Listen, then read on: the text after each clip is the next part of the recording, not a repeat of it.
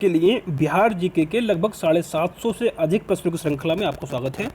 इससे पहले की वीडियो में हम 50 प्रश्नों को डिस्कस कर चुके हैं। यदि आपने उस वीडियो को नहीं देखा है तो डिस्क्रिप्शन बॉक्स में उस वीडियो का लिंक है, वहाँ से जाकर आप उस वीडियो को देख सकते हैं। आज की वीडियो में भी हम 50 प्रश्नों को डिस्कस करेंगे और जैसा कि आप जानते हैं ये प्रश्न आपके आने वाले बिहार शिक्षक भर्ती के लिए काफ़ी महत्वपूर्ण है। तो चलिए करते हैं स्टार्ट। और स्टार्ट करने से पहले मैं आपसे रिक्वेस्ट करूँगा कि यदि आप चैनल पर नए हैं तो प्लीज़ चैनल को सब्सक्राइब कर लीजिए, बेल आइकन को प्रेस कर दीजिए ताकि आने वाली वीडियो की नोटिफिकेशन आपको मिल जाए। तो आज की वीडियो का पहला प्रश्न है, चंद्रगुप्त मौर्य के गुरु थे। चंद्रगुप्त मौर्य के गुरु कौन थे? चाणक्य, कणाद, पराशर या बादशाहन? तो देखिए राइट आंसर होगा उसका ऑप्शन ए, चंद्रगुप्त मौर्य के गुरु थे चाणक्य। जैसे कि आप देख सकते हैं ये है चाणक्य। अगला प्रश्न है, इनमें से कौन बिहार में किसान आंदोलन के साथ जुड़े थे? Option A Rajendra Prasad, option B Motilal Nehru, option C Bhagat Singh या ऑप्शन डी इनमें से कोई नहीं। तो बिहार में किसान आंदोलन के साथ जुड़ने वाले व्यक्ति का नाम है Rajendra Prasad. Option A is the right answer. अगला प्रश्न है, कांग्रेस सोशलिस्ट पार्टी की पहली बैठक हुई दिल्ली में, लाहौर में, पटना में या नासिक में? तो राइट आंसर होगा इसका ऑप्शन सी, पटना में। कांग्रेस सोशलिस्ट पार्टी की स्थापना पटना में हुई थी। और देखिए कांग्रेस समाजवादी दल भारत का एक राजनीतिक दल था जिसकी स्थापना 1934 में हुई थी।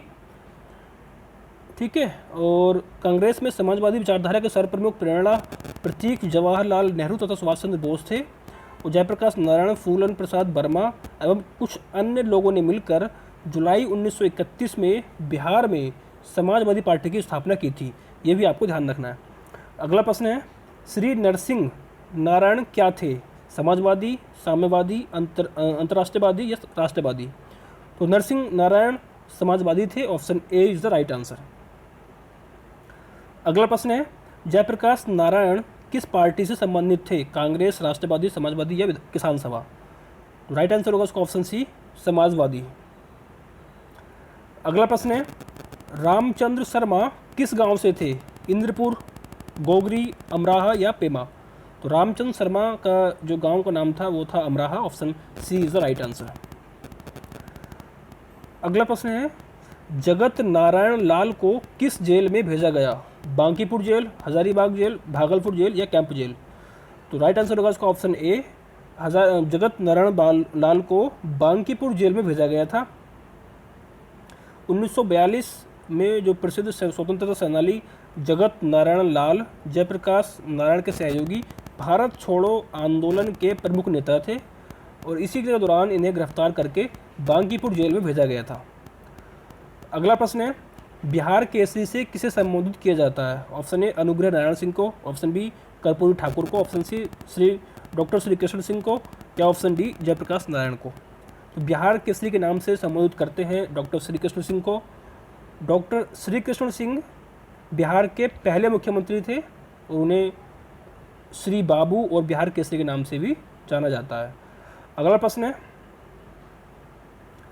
किस देश की सीमा बिहार राज्य से जुड़ती है? नेपाल, भूटान, बांग्लादेश या चीन? तो बिहार राज्य की सीमा जुड़ती है नेपाल के साथ। Option A is right answer. जैसे कि आप देख सकते हैं यहाँ पर भी, ठीक है, ये नेपाल है और नेपाल के साथ साथ ये जो बिहार है यहाँ पर बाउंड्री नेपाल और बिहार की बाउंड्री है। इसके बाद अगला प्रश्न की हम बात करें तो अगला प्रश्न है, पुराना बिहार का कितना प्रतिशत जमीन लेकर झारखंड राज्य बना? जब झारखंड बिहार से अलग हुआ तो कितना परसेंट बिहार का जो एरिया था वो झारखंड को मिला? Option A 38.40%, option B 45.85%, option C 42.85% या ऑप्शन डी 51%? तो राइट आंसर होगा इसका ऑप्शन बी, 45.85% एरिया झारखंड को मिला था। अगला प्रश्न है, बिहार का शोक निम्नलिखित में से किसे कहा जाता है? अजय को, कोसी को, सोन को या बागमती को? तो बिहार का शोक जानते हैं आप, कोसी नदी को कहा जाता है। Option B is the right answer, Kosi नदी ये है। अगला प्रश्न है, आम की वह प्रजाति जो केवल बिहार में ही उपजाई जाती है? दशहरी, जर्दालू, लंगड़ा, सफ़ेदा? तो कौन सी प्रजाति है आम की जो केवल बिहार में ही उपजाई जाती है? उसका राइट आंसर होगा ऑप्शन डी, सफ़ेदा। सफ़ेदा आम की प्रजाति केवल बिहार राज्य में उपजाई जाती है। अगला प्रश्न है, बिहार में बहने वाली नदियों में किसका उद्गम अमरकंटक में है? बिहार में जितनी नदियाँ बहती हैं उसमें से कौन सी नदी ऐसी है जिसका जो उद्गम स्थल है वो अमरकंटक में है? कोयल, सोन, पुनपुन या इनमें से कोई नहीं। तो राइट आंसर होगा इसका ऑप्शन बी, सोन। सोन नदी जो है भारत के मध्य क्षेत्र में एक मौसमी नदी है।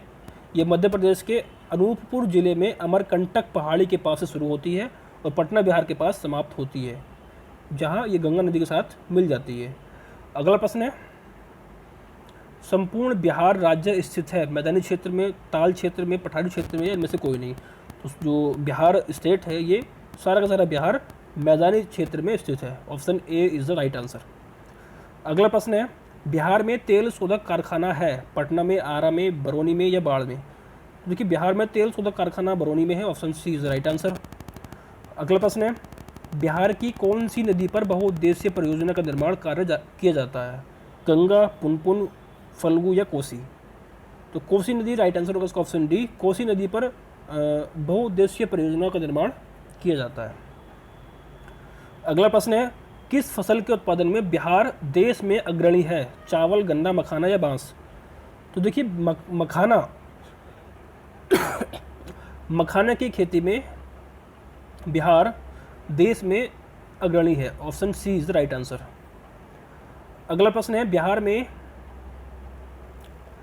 लाल मियाँ नगर किसके लिए प्रसिद्ध है? अब ये लाल मियाँ इसको देख लेंगे, ठीक है। लाल मियाँ है, क्या है ये? लाल मियाँ नगर किसके लिए प्रसिद्ध है? ऑप्शन ए रेशम, जूट, चमड़ा या सीमेंट? तो राइट आंसर होगा इसका ऑप्शन सी, चमड़ा। चमड़े के लिए प्रसिद्ध है। अगला प्रश्न है, बिहार में कोयले का अनुमानित भंडार है 1260 crore ton, 303 crore ton, 16 crore ton या फिर 20,058 करोड़ टन? तो बिहार के अंदर जो कोयले का अनुमानित भंडार है वो है 16 crore ton. Option C is the right answer. अगला प्रश्न है, पूर्वी मध्य रेलवे क्षेत्र का मुख्यालय कहाँ स्थित है? पटना, रायपुर, हाजीपुर या मुजफ्फरपुर? तो पूर्वी मध्य रेलवे का क्षेत्र का जो मुख्यालय है वो है हाजीपुर में है। Option C is the right answer. अगला प्रश्न है, बिहार में केला उत्पादन का प्रसिद्ध क्षेत्र है भागलपुर, हाजीपुर, मुंगेर या इनमें से कोई नहीं? तो बिहार में केला उत्पादन का जो सबसे प्रसिद्ध क्षेत्र है वो है Hajipur. Option B is the right answer. अगला प्रश्न है, मखान की खेती के लिए देश का अग्रणी राज्य कौन सा है? उत्तर प्रदेश, केरल, बिहार या इनमें से कोई नहीं? तो जैसे कि आपने पहले भी देखा कि इसका राइट आंसर होगा option B, option C, Bihar. Bihar मखान की खेती के लिए देश में अग्रणी स्थान रखता है। अगला प्रश्न है, कलोकत जलप्रपात बिहार के किस जिले में स्थित है? पटना, नवादा, मुंगेर या नालंदा? तो ये जो कलोकत जलप्रपात है ये नवादा जिले में स्थित है। Option B is the right answer. अगला प्रश्न है, निम्नलिखित में से कौन सा शहर बिहार के सबसे पूर्वी भाग में स्थित है? भागलपुर, पूर्णिया, कटिहार या पटना? तो राइट आंसर होगा उसका ऑप्शन सी, कटिहार। देखिए कटिहार अब अगर आप देखेंगे तो कटिहार है ये सबसे पूर्वी में कटिहार, ठीक है, यह कटिहार है। तो पूर्वी भाग कटिहार में स्थित है, सबसे पूर्वी भाग कटिहार है। Option C is the right answer. अगला प्रश्न है, निम्नलिखित झीलों में से कौन सी बिहार में स्थित है? सामर झील, अनुपम झील, सुखना झील या कामा झील? तो राइट आंसर होगा इसका ऑप्शन बी, अनुपम झील। अनुपम झील बिहार राज्य में स्थित है। ये कहाँ पर है? तो ये कैमूर वन्यजीव अभ्यारण्य में स्थित है। कैमूर वन्यजीव अभ्यारण्य बिहार के कैमूर जिले में भभुआ शहर के पास स्थित है। अगला प्रश्न है, नालंदा विश्वविद्यालय किस लिए विश्व प्रसिद्ध था?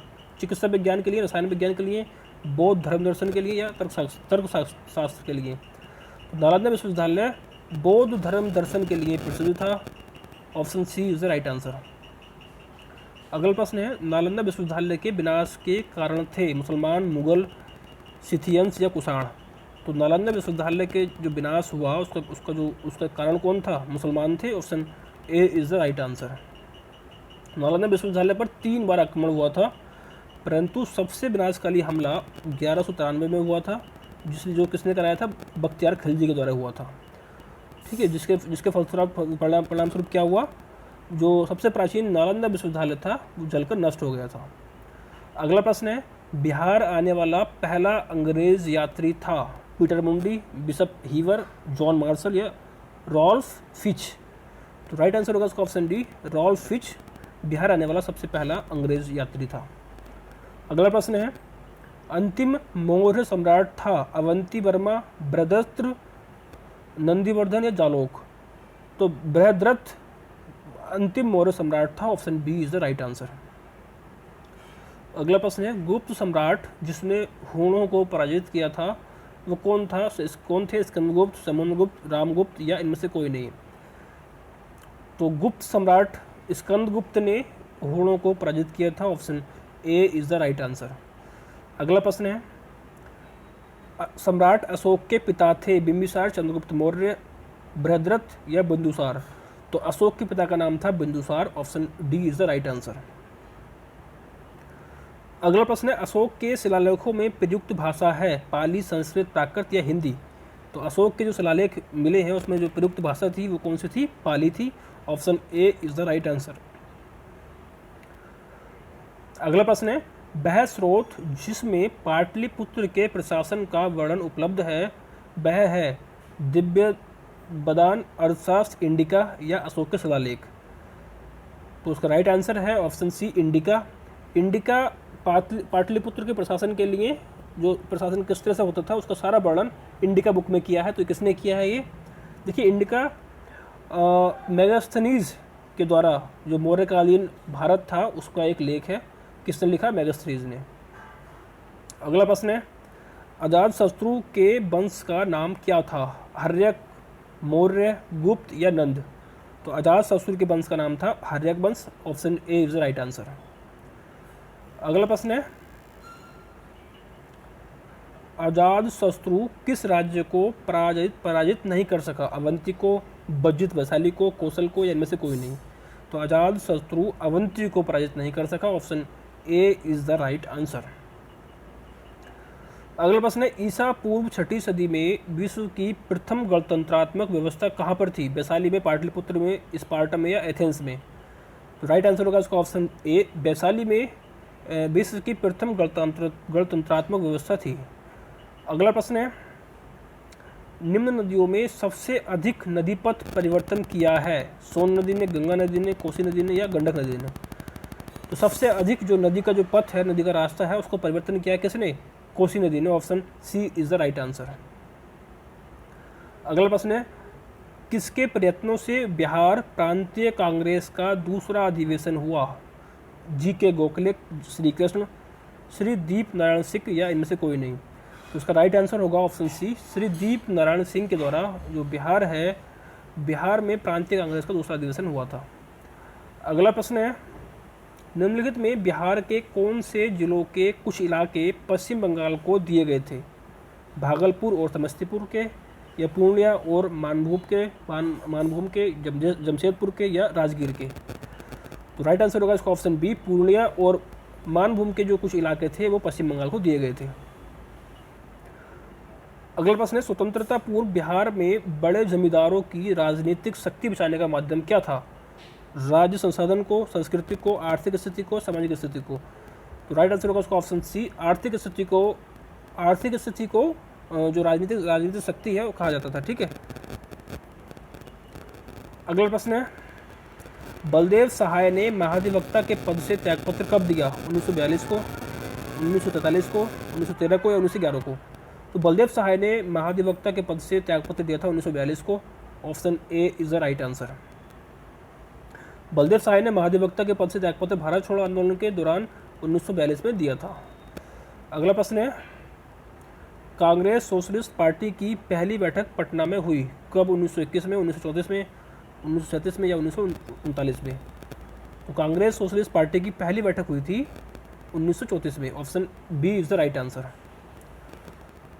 अगला प्रश्न है, मुजफ्फरपुर में किंग्सफोर्ड की हत्या का प्रयास कब किया गया था?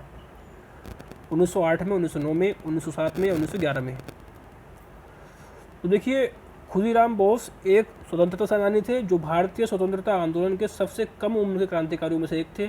खुदीराम और प्रफुल्ल चौकी को किंग्सफोर्ड कलकत्ता प्रेसिडेंट मजिस्ट्रेट था जिस समय वो, तो बाद में मुजफ्फरपुर बिहार के मजिस्ट्रेट बना। उसकी हत्या करने के लिए मुजफ्फरपुर बिहार भेजा गया था। और 30 अप्रैल 1908 को किंग्सफोर्ड पर उस समय बम फेंक दिया गया जब वह बग्गी पर सवार होकर यूरोपियन क्लब से बाहर निकल रहा था।